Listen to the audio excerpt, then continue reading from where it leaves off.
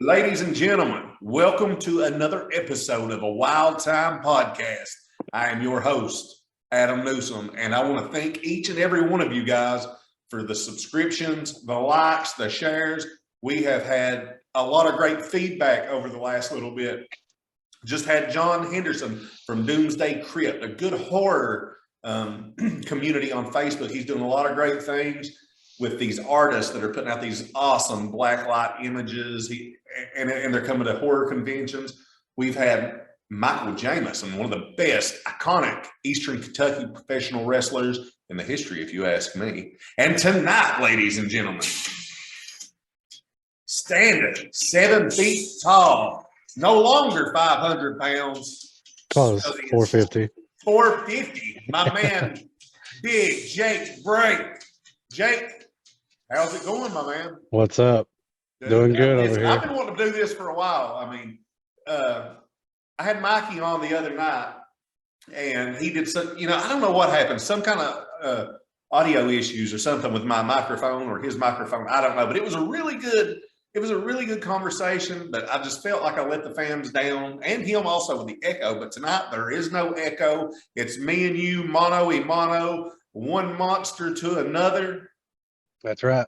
Dude, too hey, legit. listen, we already know how to do it. there we go. And we were at a show in Sayersville the other day for APW, and man, you had probably the worst luck of anybody coming to a show I'd ever heard. Well, I mean, I'm sure it happens to more than just me, but that whole day didn't start out good. I ended up not getting a lot of sleep the morning before, and then just threw everything together. I was on my way, right, like you said, bam, hit a deer about almost 30 minutes away, hit a deer. Started driving again. I hear something rattling, so I had to get out and like tear off my whole front end basically. And then that's when I put it in the back, right? And that's where you think, okay, now we're good to go. Oh, open the back hatch. You know what's not there? What's the one thing you have to have? Bag. Your bag. I didn't bring my damn bag. I don't mean to laugh at it, but it was just, everybody was kind of worried about you backstage, man. They were like, is he facing Jake? Well, I know, because I'm usually early. Like, I'm one of the first guys there, just like, like you're supposed to. Not only are you usually the earliest, but you're definitely the hardest to miss. And we were like, I was like, man, I was looking forward to talking to him and cutting up with him and stuff. And everybody was worried, couldn't get a hold of you. And then I go out, have my match with Kobe, come back. After intermission, I see a large figure in a jumpsuit behind the curtains, and I walk back around. There you are, man. And I was glad, thank God you didn't get hurt or nothing. But I hate when Mountain Parkway. That's where you were coming from, right? It was on 30, so it was close to the Parkway. Man, that's 30 goes from London up to the Parkway. So, yeah, I mean, they've got obviously we all, we're in Eastern Kentucky, so we got deer signs everywhere. And hell, sometimes you got some for the elk or whatever. But that's the first time in my whole life I've ever actually hit one. So, I mean, I made it 32 years on this earth without that so far. So, I mean, you just got to roll with your punches, baby. And, well, there's the first time. I still showed up. Yeah, I still showed up and still, talked to the boys. And it was good seeing you and everybody else. Very professional, Jake Bray. Jake, you're a consummate professional. One of the coolest dudes. I always enjoy working shows with you, man. Just let's get to the meat and potatoes of this. A monster of a man, 7 feet tall. And one thing I'm really impressed with is the way that you've got yourself in shape the last little bit. Before we get into wrestling, that's something I wanted to let you know, man. I admire that. It took a lot of work. You look trim now. You can tell you really are chomping at the bit to get a big contract maybe on down the road, or heck, here soon, who knows? But you've got yourself in good shape, and I'm really proud of you, dude. Pat yourself, be proud of yourself for that. That takes a lot of work. No, I appreciate that, but I still look at myself as the same. Like, I finally got into that mindset, when COVID happened. COVID hurt a lot of people. We were, and like I told you, we were at the highest of high probably with the Waffle House gang going on and the collar and elbow shirts, which I think I'm also wearing today. Oh yeah, the Waffle House gimmick. But we were on the highest of highs right before COVID happened. I got my passport. We were going to Ireland for one, China, and I think we were going to try to go to Japan too. And then COVID just boom knocked everything down, and then it's easy for people to get, you take wrestling away from me, you take the lifestyle that I live away from me, being able to go out and because I'm a wrestler first and foremost, but I'm also an entertainer. So I had stuff with DJs and bars and stuff, locally. So all that gets taken away from you. And then, what can you do but sit at home and just be miserable? And I fell into that, but luckily, when everything started opening back up, I've never been shoot 500 pounds ever, Right. but I was when COVID happened. So I was miserable. And so now I'm, like you said, I put in the work and I've dropped down my weight, and I'm trying to get ready for the big rig 2.0 to start running. So, You man, I'm know, proud of you. well-oiled machine coming through this time, baby. Oh, you was a well-oiled machine back in the day too. I can just imagine. I mean, this big rig is going to be a different big rig. He's going to be one that has got a reserve gas tank. I feel like out Yeah, there. yeah, yeah. We like you said, we like back then we were the younger guys. Started in 2014, so I'm still pretty new at it. Oh, I mean, you're But 32. Is that what you said? You're 32 years old. yeah, I'm 32. Yeah, just You're turned a baby 32. still, So man. You still got a lot so of good years left. so yeah, like we just took the knowledge and stuff that we have now and apply it to this, and it's going to be something special to watch, hopefully. Well, let me ask you something. Let's just start from the start, man. I mean, what Okay. got you into professional wrestling? Was there? I mean, would you grow up on it and you always wanted to do it, or did somebody say this Yeah, is yeah, yeah, too yeah, for daggone sure. big not to be Yeah. doing? No, for sure. I think everybody that steps foot in the ring and ends up being able to do something professional wrestling wise always watch wrestling. I don't. I mean, now you got cats that haven't, but I mean, back in the day when you grew up watching wrestling, with whether it be your grandparents watched it or your mom and dad watched it or whoever you watched it was watching it, and that's what you watched on Monday nights, and or that's what you watched when they came through on Smoky Mountain. Instead of going to the basketball games or football games here, they would have wrestling every other month or every month. So you got to experience something special. And I always knew that I was going to be a big dude for some reason. I didn't know I was going to be this big, but I always felt like I'm going to be somebody that can be a larger than life person, or and even like you can pull out, my mom still has like my fourth grade drawings of like what I wanted to be when I grew up, and it's me as a wrestler. But I probably had like the Kane mask or looking like Undertaker, because those were the guys that I watched, and I was attracted to the big dudes because I was like I was saying, I always felt like I was just going to be somebody like that. So, but yeah, if you don't, that's how I got it. Anyways, you start watching it, and then obviously we watched Stone Cold and we watched all that, but I was drawn to the bigger dudes. So even Paul White, you know, when he came through, was like somebody I was like, man, that looks like what I'm going to be when I'm older. And You like, I envisioned mean, yourself as being the giant in the Dungeon of Doom before it even had the yeah, long hair. yeah, exactly. So it's like I kind of manifested it on my own, um, but yeah, that's for the most part, that's how I got in. And then my cousin, which is Ryan Dukey, which a lot of people know around here, he's he was somebody that originally, if I would have done it, I would have done it. Starting off when I was like 18, but I was still in football mode. Doing Yeah. football and playing high school and trying to go to college and go to Louisville University and stuff like that. And so I didn't. I was like, yeah, wrestling's cool, but never had that mind to do it until football wasn't an option. And then once that wasn't an option, um, I played. What's funny is I played a semi-pro football game at the same time that he was wrestling Jordan Cage, like in 2000, the end of 2013 or something. So Yeah. after my game, I got to go in and watch him because he was the main event, and I was like, you know what, this is awesome.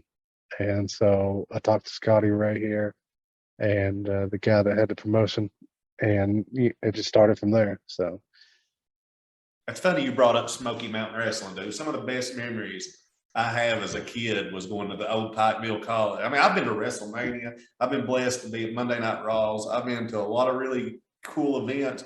but nothing beats those old Smoky Mountain wrestling at Pikeville, man. I'm telling you, my dad It took was me. just, yeah, It was a diff. It felt, I don't know, man. I mean, it was just the intimacy of it wasn't huge. You were right there, and these were guys that were stars on TV that Cornette had brought in to these shows. right. It was a big deal to me as a young child, and some of the best wrestling I ever seen was the old Pikeville College Smoky Mountain shows. Right. Yeah, that was something too, is like seeing uh New Jack and them come in and wrestle the Rock and Roll Express. Like, and God, that stuff was tough, man. Because like when you, especially being younger, you were like, these guys are gonna kill these other dudes. oh yeah, And like, the magic was there when we were kids, which like, obviously it's fell off a little bit today, but there's still some out there that we, me and you especially, right. we still connect with, and they still have that level of I agree the 100%. magic and stuff. So you just gotta, you just appease to whoever you can. And, some people respect you for doing this, or some respect you for doing that. But at the end of the day, they still love you because we're still doing something that they want and they like and they appreciate. Absolutely, you hit the nail on the head. And that's the thing, man. I never take for granted when like you said, before COVID, I was working 2-3 times a month. On the weekends, I hit up shows, and then once COVID happened, man, like you said, it just our Yeah. world turned upside down. So Yeah. nowadays, And say, anytime I get to go to a show, when I come through those curtains, I try to communicate before I even take another step. As soon as I step through the curtains, I try to get that crowd into what I'm doing. I'm not exactly. just going out and clapping Yeah. hands and giving the old. Yeah. As soon as I walk in, I'm going to wait, and you're going to give me your attention because I'm going to give you the best of what I've got, man. Exactly. And that's how I feel too, is like, because once I got took away from us, now you were like, it's kind of like breaking up with a girlfriend that you probably shouldn't have broke up with, that, would have been down the road, you'd have married this girl or whatever, because you lost it. And you're like, man, all these things that I never thought of are now, Taken away. yeah, they're taken away. And then like, it's like, if I ever get a chance, I'm gonna do it again. I'm gonna do it this way. I'm gonna do it the right way. So it's kind of where I'm at now with the same mindset. It's like, now when I show up, I mean, obviously I've got the size, so people are going to be in awe anyways. But then you get them to feed off of you, or you feed off of them at the same time. I mean, you It's do a something feeling special. most will never feel. I fought MMA and I did boxing, and my first love was wrestling. Ever since I've been a kid, from the time I could walk to the time I was probably a junior in high school, seemed like I started drifting away from it at my senior year. Right. But once I decided that I was going to get into the wrestling business, I went back and done my homework so much on people that I Mm-hmm. admired, wanted to emulate and borrow from. And then that started with Michael Jameson, Kobe Carmichael helping train me, Bart Batten getting involved with it a little bit. So tell who trained you? When did you get going? When did you finally put the foot on the floor? So originally it was Scotty there. It used to be PWF in London, and then I realized that I needed to take some stuff a little more seriously, and then I started going to Ricky Morton School down in Tennessee. Oh, you went down to the Because school that of Morton? Yeah, because that was the only one that was like kind of relevantly close, and he was Ricky Morton, obviously, and at the time he was there all the time because he didn't. Now he's got like a third wind almost in the business where he's doing stuff with him and his son, and so he hasn't been there as much as he used to be. But yeah, we started going down there and started, that's when he gave me the mentality of like, working. He's like, you watch all these guys as the big guys and watch what they do, but you're not putting what they do into your game. So let me help you break this down. And that's where the magic really started happening with me, as far as like learning the stuff. And but yeah, that was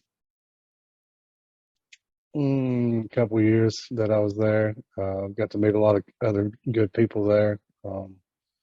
And then, like I said, when COVID and stuff kind of halted everything, that's when you were like, oh, so you didn't get no ring time, you didn't get to go do anything with people. Everybody was too scared to do stuff, so you just you had to figure out your own ways of doing things. And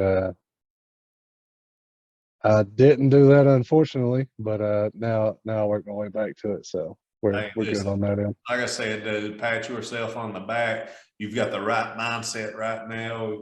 You've got, I mean, like I said, when we were talking about working out, you were hitting the right spots. I mean, just really proud of you, dude. And you know, Yeah. I just sit here and excuse me. I was thinking what Ricky Morton had to say when he said you were behind and walked through there. I mean, what did he? I bet he knew then he had some money on his hand. Yeah, yeah, you can.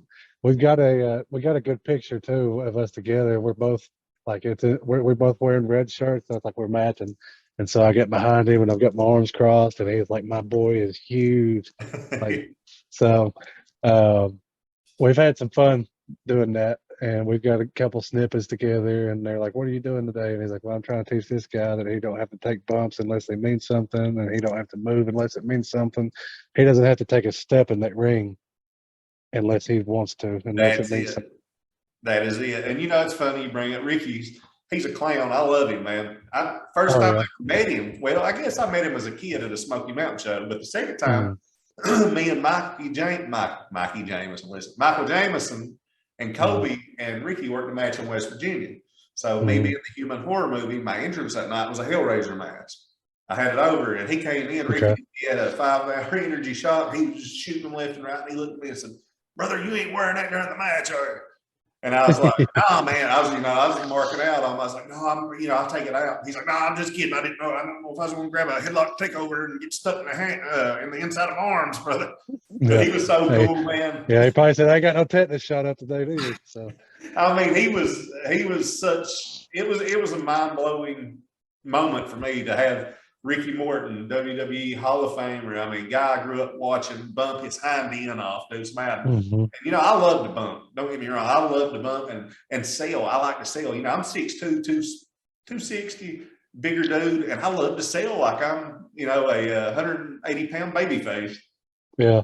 See, that's what's funny is like we were talking about that the other night too. It's like, I mean, hell, I like to wrestle too. I like to take a bump, but you don't have to. So, Well, um, that's what I and want to talk I to like to you. get down, and I like to chain wrestle and stuff too. And like you were talking about earlier, um, in high school and stuff too, I actually did the Golden Gloves boxing around here and a little bit of MMA stuff around here. I had Man, a dojo literally right down here, like 45 feet from my house. So really? I grew up in that place too. So That's funny you we brought. got the same kind of background, the same kind of Yeah. story. Yeah. That's funny you brought that up because I was talking and I was thinking, I was like, man, you know, Jake, he has to now. I mean, if you've been down at School of Morton there and you know how to work, you know what to do. How does it feel when Yeah. these promoters get you, man, and they're just, squash this guy, squash that guy every night? You know, sometimes you probably Hmm. feel like I'd like to do a little more with this Yeah. guy here instead of just squashing. Yeah. And I try to give people a little more than what they are given, especially now, because like, it's funny because like I said, we're not veterans by any means. I started in 2014, but like I've got the veteran mentality now. It's Yeah. like that clicked with me after so long. And like I like I'll do whatever you want promoter wise. Like you tell me what you want and we'll do it. You want me to do the exact thing, like come tell me that and we'll do that. But like for the most part, like I get free reigns and um I, and a lot of what you've seen now, a lot of these kids now are like not even our size or No. your size. They're a lot smaller. They're 5'8" or 5'7" and 160 pounds soaking wet. So it's like it's a lot harder to finish, to put something together like that. But I can get creative with them, and Oh that's yeah. the fun part. So it's like, just listen to me, and I'll give you these keys, I'll give you the signal, we'll do that, da da da, whatever. And I was like, if you listen to me, I'll let you get a little bit of something in. Mhm. Um, and that's just the way I operate now. And it's like, what's funny is like a lot of these locker rooms, people are scared of me because of my size or Yeah. because they think I'm really going to kill them. Like, and I mean, like I like that. Don't get me wrong, but it's like at the same time, like I've had people not want to work with me. I've had people that I'm supposed to be booked with and like come through that match, and they'll be like, "Well, you're working so and so because this person didn't show up." And it's like, did they really not show up because they were wrestling me, or you know? and I've had it happen a lot. But it's funny is because I take care of people in the ring. Oh Like yeah, that's the first thing you learn is you want to do what you're comfortable with, and then once you're comfortable with it, you want to be able to protect the next person that you're with, because it's not about what you can do; it's about how you can do it with them, and then both of you go home at the end of the night and not be something broken or something dismembered or whatever. And like I said, I take pride in that, and I also take pride in the opposite side. It's like where people are really scared to be in the ring with me because I'll have, I don't know, it's just, as Van Halen's son, Big Rig, you got the best of both worlds, brother. yeah, yeah, yeah. So I mean, I still have my fun. So like once people get in there and they're like, you ain't that bad, you're like a big teddy bear, blah blah blah, and I'm like, yeah, that's what you get from me. But like the presence is like, yeah, I am a giant and I am bigger than a lot of people here. And I mean, and then what cracks me up is like, I don't want to be shitty about it, but it's like these kids will jump off the ropes and do suicide dives and all this stuff, but then they wouldn't take a choke slam that's just as high, or they won't take a power bomb. They're scared of that, and it's like you guys are killing yourselves. Like I don't even Yeah. have to touch you. It was when we had our match, the promoter told me, he said, go out there, y'all go 10 minutes, and get up high for the choke slam. I said, yeah, I will. I look forward to it. Because, I mean, to get in there with you, I was mesmerized by the size. You've got a look that fits on TV. I mean, Mhm. you could easily walk out on one of the big leagues and automatically you're seen as a threat because of your size. And I was just, I Exactly. got in there and I said, man, how do I deal with this? We talked, I said, let's go for some leg kicks, like MMA style, try to chop the big man down. And we did Mhm. some cool stuff. And, I enjoyed it. I wanted to get up for your finish. And that's the thing, because most guys scared, they look weak. I feel Yeah. like I'm capable of taking care of myself in a lot of situations. So for me to Mhm. go in a work environment, I want to make somebody look good. I want the match to look good. But Yeah. you probably met guys in the back say, I don't want to look weak, brother, or this and that. Mhm. That Mhm. always bummed me, dude. Always bummed me, because that kills the beauty of pro wrestling. Yeah. And I've had people too where they didn't take the choke slam good, and I'll get them again because because if you make me look like shit, then I'm gonna do it again, and I'm gonna hurt you Yeah. that time. Oh yeah. Because Well, listen, that's a move, man. I mean, mhm. think about it. You get them up high for that choke slam, and imagine how many good pictures the crowd can get of that. That makes a good picture, a good visual. Yeah, yeah, But like I that's mean, all. what That's other all my highlights are. My highlights are big boots and choke slams and strong slams, and that's it. dude? What else do You you know exactly. Like I think? can, and like I was saying earlier, I like to wrestle. I like to do some crazy stuff, but it's like where I'm at right now. You don't have to have that because the crowds eat up. The good guy, bad guy gimmick. Still, you don't have to have this crazy stuff. But like, do I want to do that? Yeah. And then maybe there's somewhere down the road where we do something like that. But around, anywhere that I'm going right now, it's like it's all easy. It's all cake work. Oh, you around the independent scene, you just got to walk in, do your thing, and that's all she wrote. I mean, you're over, Hmm. and that's one thing. The way I work is, I've got very talented guys that like to call spots during matches, but give me a start and a finish, and we'll go from there, and we'll give them all they want. We'll react to the crowd, whatever they Yeah. want, we'll give it to them, and Yeah. I kind of That's work what. in that sense than just all kinds of spots, because I'm pretty good about, you give me a good dancing partner and we'll put a Dancing with the Stars finale on. But Yeah. still, I kind of like just to feel, let's get this start. All right, you tell us to finish what you want, and then we'll fill in the gaps. Hmm. Yeah. That's the most part. That's what I like too. Is like, well, how do you want to start out? And with me, we can do any. There's a whole list of stuff you can start with, and then there's a whole list of finishes you can end with. So those two are like nothing to me. It's what's in between. What are you where what are you doing to get the crowd in first to where they want to see this happen? Like, oh, do they want to see me kill somebody, or oh, do they want to see that choke slam, or do they want? Am I the bad guy? Do they want to see that guy slam me? You know, do they want to see I that know. guy try to I take me? think if somebody slams you, it has to be worked upon for a while. Nobody should step in the ring and slam you. And you're not Yeah, gonna let that happen either. I know you. no. There's been one time it's happened, and that's it. And we did build that. We built that for almost a year on TV. That's So what it's got to be.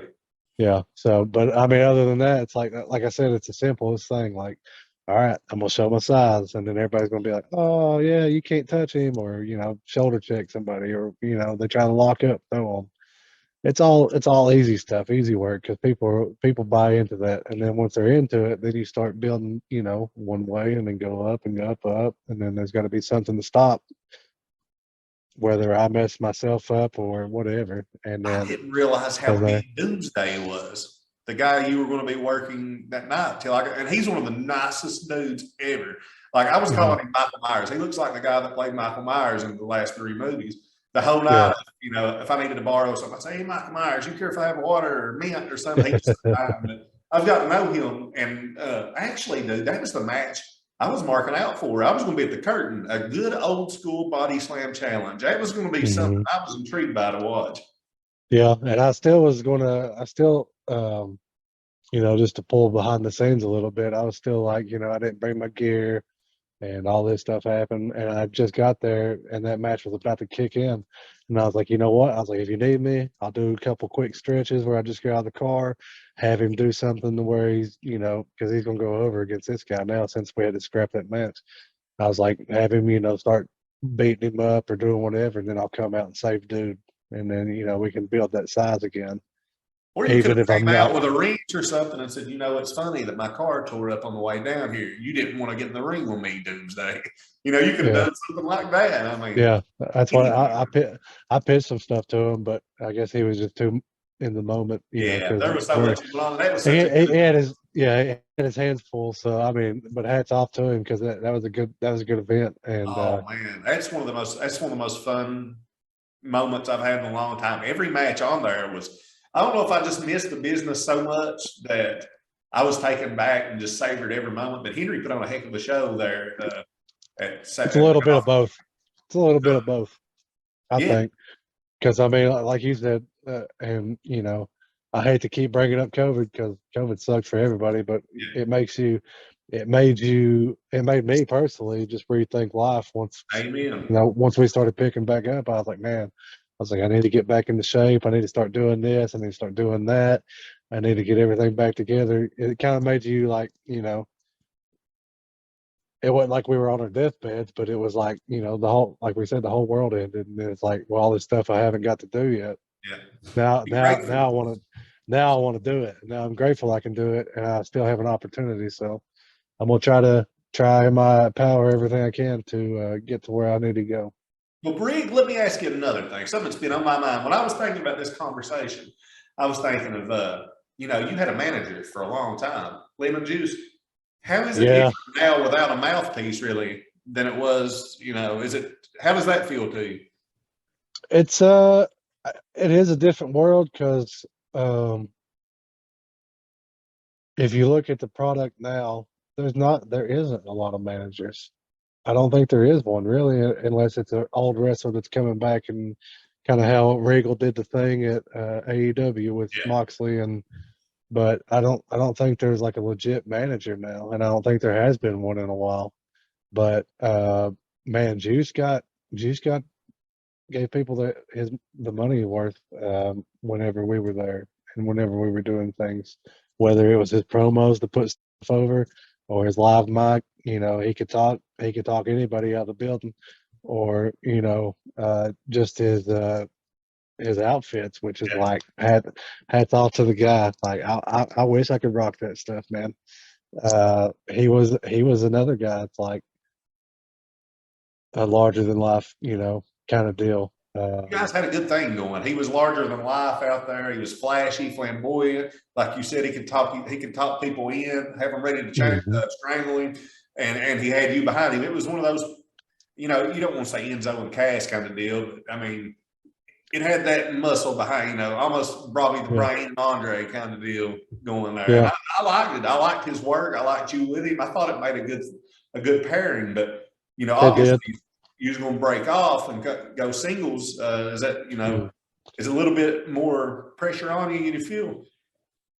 No, so he's got his own personal stuff now that he's got the comic shop and everything now, and that stuff like just blew up for him. So it's like he came to a point to where it's like, if we do get anything big, then you'll see Big Rig and Juice back together. But he's just kind of sitting back right now and just letting stuff go with his normal life or whatever. And I mean, I don't blame him on that end because Oh, we got as far as we could go with that stuff, and like he said, he's done everything kind of that he's wanted to on that aspect of his own personal stuff. So he couldn't go any higher from this point. So you guys always have it um, in your back pocket. I mean, if y'all ever wanted to revisit it, it'll be something special because it got so exactly, over. exactly, and that's why I told him I was like, I'm fine with that. I've got no qualms with that, and like I said, the only reason, I mean, I wouldn't even be in it if I didn't just want to do this personal goal for myself. Yeah, And then once that's done, like I feel like I can rest, or uh, I can be happy with what I've done because everything I've done so far has been great. It's been the yeah, best stuff of my life. I mean, I'm not going, but it could have been better. I just never seen it as being better. I just seen it as being this, one deal or this one thing.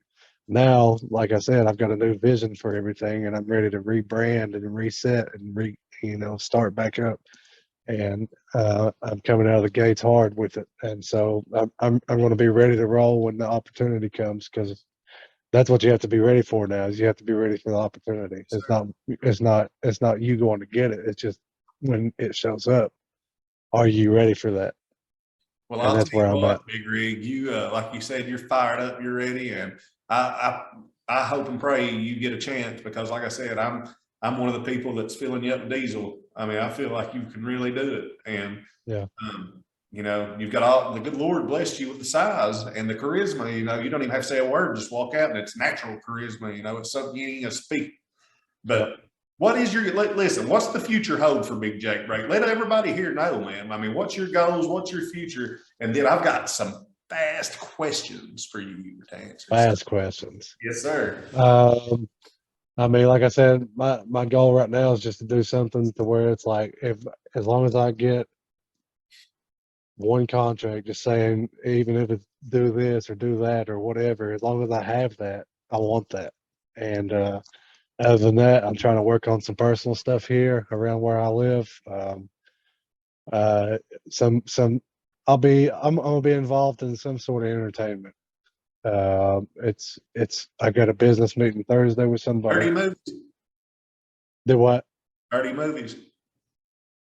No, not those, not those, not the dirty movies or the OnlyFans or any stuff like that. Which, hey, I mean, if there's any interested, uh, you can send me a DM. But no, no, like just doing like a music venue maybe in a bar or something. I've just been trying to throw something on the wall. If something can stick, I can get it going. Dude, listen, that would be awesome. And when you do decide what you're going to do and get that up, we'll do a part two here and we'll talk about it and Yeah, try to spread the word because that's a great idea, dude. yeah.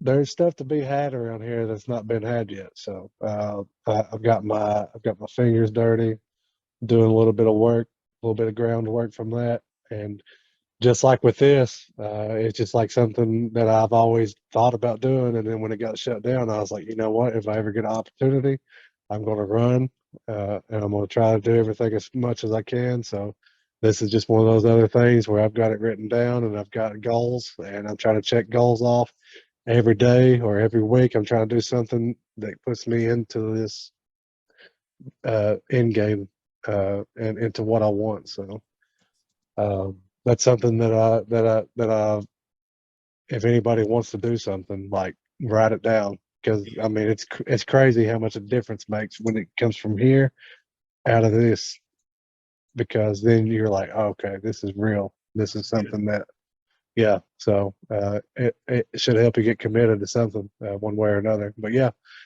that stuff is just stuff in the works right now. Hopefully it works. If it doesn't, then I'm no I'm still blessed to have everything I've got right now. I've still got a good life.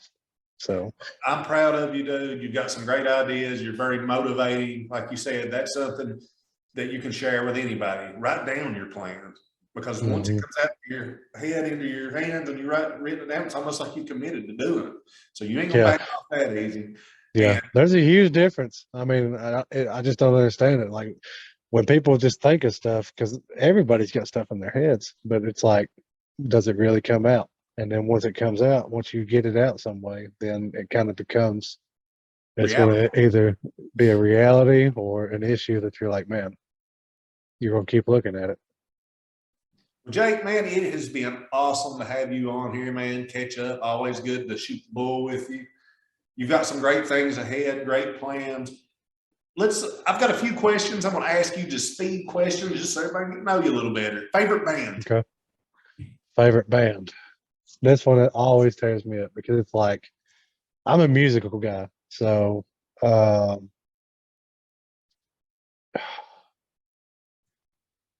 off the hip, Journey is my favorite band ever. Stone in Love. Stone in Love. Guitar solo at the end. Good night, Oh, Irene. there's one song that, like, because Journey is one of my favorite bands. It's called When I Think of You, and it's got one of the best solos in it. Is it a power ballad? Does it make me want to cry? Yeah, Oh, yes, it's kind of like When You Love a Woman, but When You Love a Woman took the spot. It took the spotlight, right? So this is the same song, just nobody knows. what's the name of that song?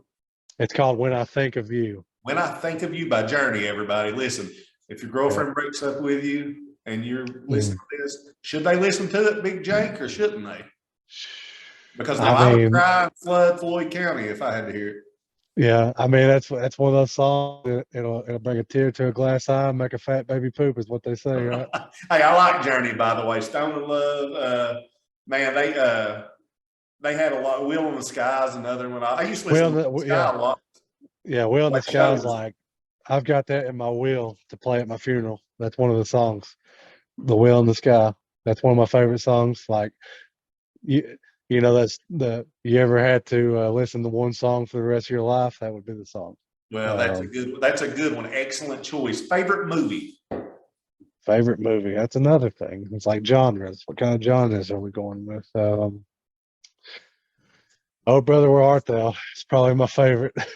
Classic. I A lot can of quote. people love that. And you know something? I've not watched it all the way through. Oh, really? I've not watched I've it all the way through. And people really oh like get violent with me over that. Shawshank Redemption yeah. is another one I haven't seen all the way through. And people like See, get violent with me over it. yeah, that's another one that's like all the way. You got The Green Mile's another one. Um, it's just like with music, there's so many different ones. It's like, well, which one do you really think?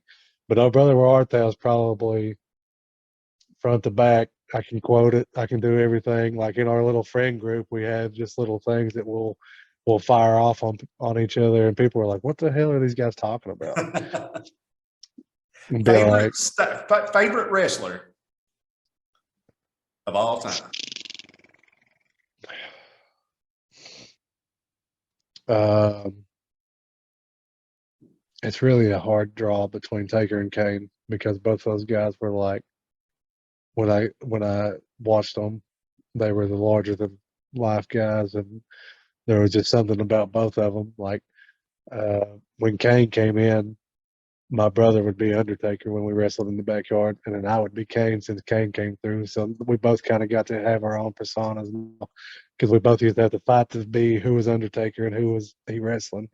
But then when Kane came in, I was like, all right, well, I'll be Kane and you can have Undertaker. You didn't So feel bad about switching the roles on it. yeah, so both of those guys are my big guys, and obviously Andre was somebody that I've looked up to. I never got to watch wrestling because that was a little bit before my time, but and then the Giant, which is the Big Show or Paul White or Captain Insano, whatever you want to call him. When I was little, my brother and my cousin would always paint their face up like the Road Warriors, and Mm-hmm.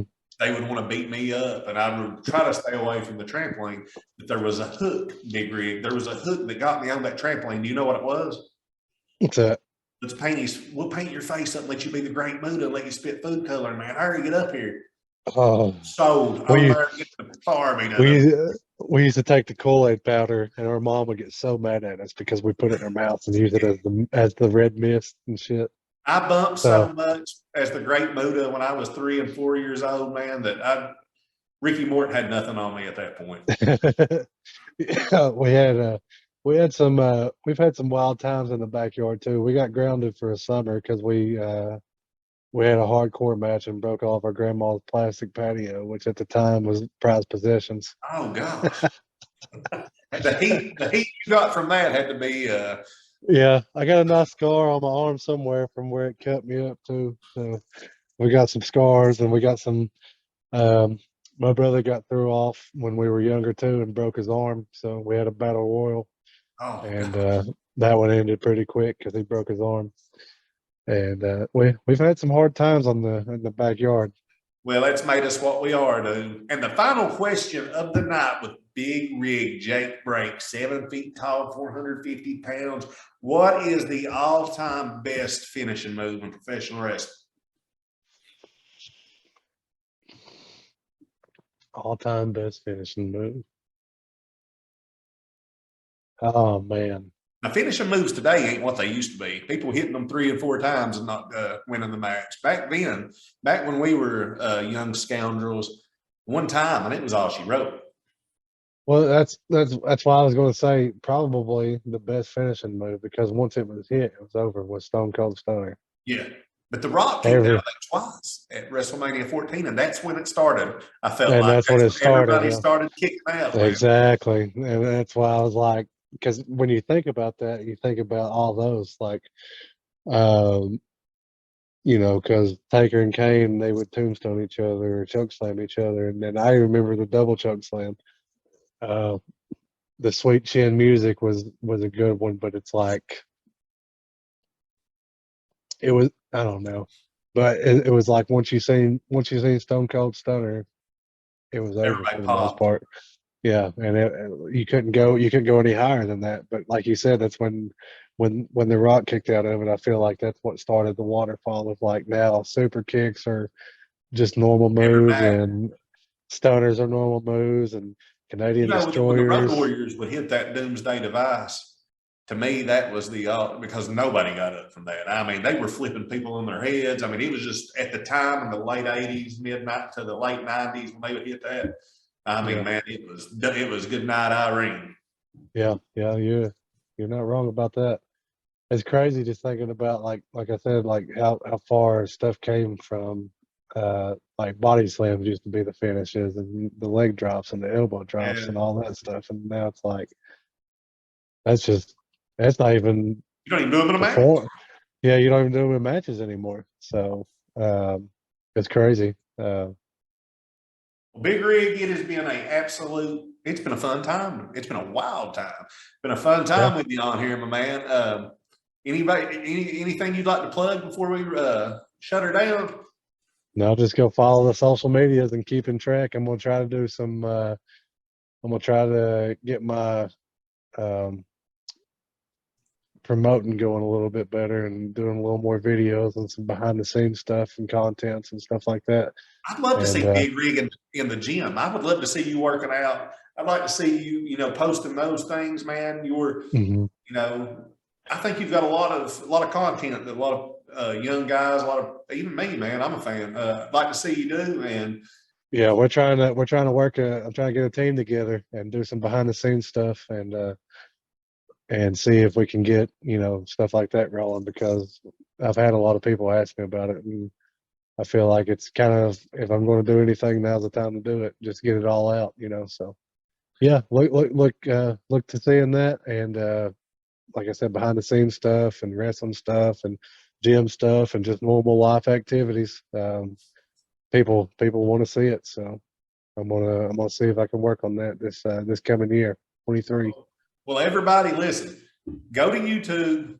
Watch Big Rig Jake Brake in action. You can go to YouTube and say he's got several matches on there. Go to his Facebook. I'd say you still got your Facebook fan page, don't you? Big Rig Yeah, I Jake still got Brake it. Facebook. I've got Listen, that. one of the biggest dudes not just on the East Coast, but in the United States, probably, man. Hmm. Just a big intimidating figure that will lift you up as high as the skyscraper, slam you to where every bone in your body will shatter. This man's the real deal. And I thank you for being on here with me tonight, big man. And I'll see you on down the road. I appreciate you all. Love. Take care, man.